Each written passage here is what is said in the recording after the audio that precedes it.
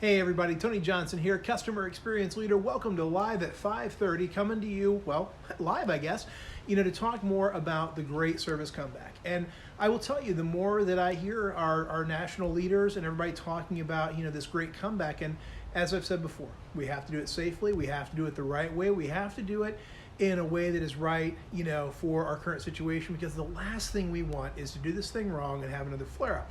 But that said, I am really excited about the fact that we are at least having the conversation, because without that, we really can't go anywhere.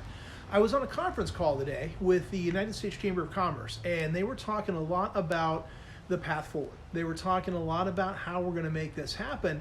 And the thing I really like is, whether you're, talking about the committee that the president's established, or whether you're talking about the path forward from the U.S. Chamber, one of the things everyone is ultimately concerned about is ramp up. Because like we've talked about before, and I think Dr. Fauci said it best, you can't just flip a switch. You can't just flip a switch and have it be ready.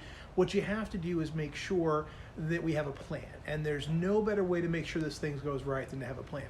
So one of the things that came up on the call today was around testing. And there are a ton of privacy concerns that we have to think about. There are a lot of things we have to consider when it comes to making sure that we do it fairly and methodically, and making sure that we do it in a way that even small business can support.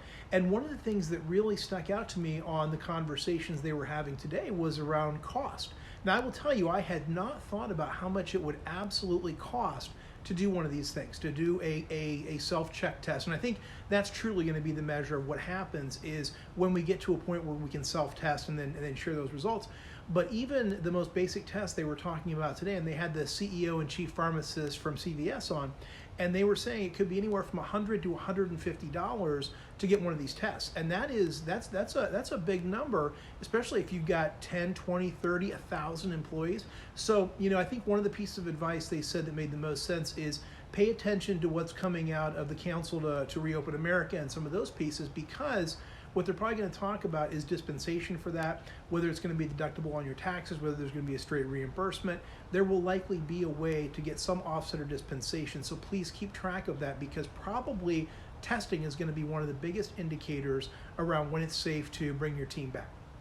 Now, that said, it may be relevant to discuss the fact that you may have to ramp up with people. You may have to select and train and hire more people, because who knows what's going to happen while everybody's been socially distancing, while you've had people furloughed.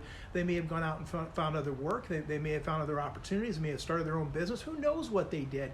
But remember that you may have to ramp back up with your team before you come back. And I was talking to, I have tons of friends and colleagues and contacts in the HR field. And I was talking to one of my HR contacts, and she's a pretty big wig in the retail industry. And she was talking about selection. And she said, Tony, you can't wait until it's time to open. You got to start now. You got to be thinking about it now, because if you don't, you're going to end up, being behind for the war for talent, and you're going to end up with what's left over. So get out there now and start getting after it. How? Well, this was a great piece. We've all been talking about the visual nature of Skype, of Teams, of FaceTime, of all those things. Do your interviews virtually. Get someone on the phone, because when you can look them in the eye, you can gauge their body language, you can gauge whether they smile easily, whether they make great eye contact, whether they seem at ease with themselves in their own skin. You can look at all of that stuff in a way you really can't, on the telephone, because who knows? They could be wandering around in their underwear, for crying out loud. Who knows what they're doing? But to get them on a Skype or whatever, and be able to look at them and talk to them and see their facial expressions, and make sure that, by the way, they're not Googling the answers to your questions. All of those things are probably really relevant and can help you select great talent. One bonus tip before we part company today, and that is to think about the skill versus the attitude, if you will. So I'm a big believer that you can train people to do a lot of different things. Now, if you're in the medical field, if you are in a particular, culinary arts piece, or maybe in home improvement, you need someone who, understands electricity and stuff like that, sure, you absolutely have to prioritize getting the right skill in there.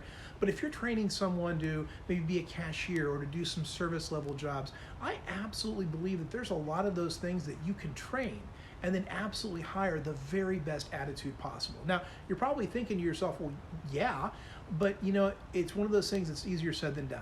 Don't play, with the warm body syndrome. Don't get a person who has been a cashier for a million years but has a sour attitude. think about the very best attitude of care, of kindness, of empathy, enthusiasm with great smiles.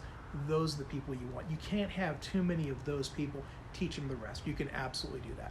So if you're looking to get started now, and I suggest you do, you can visit my website, igniteyourservice.com/comeback, or if you want the best free checklist you can possibly get to really start this journey of starting back up and kind of ramping up, go to igniteyourservice.com/checklist, and you'll be able to get a piece that will talk you through all the things you need to be thinking about now to help you ramp up and get ready to go in a very meaningful way. So that said, I'm Tony Johnson, your customer experience leader.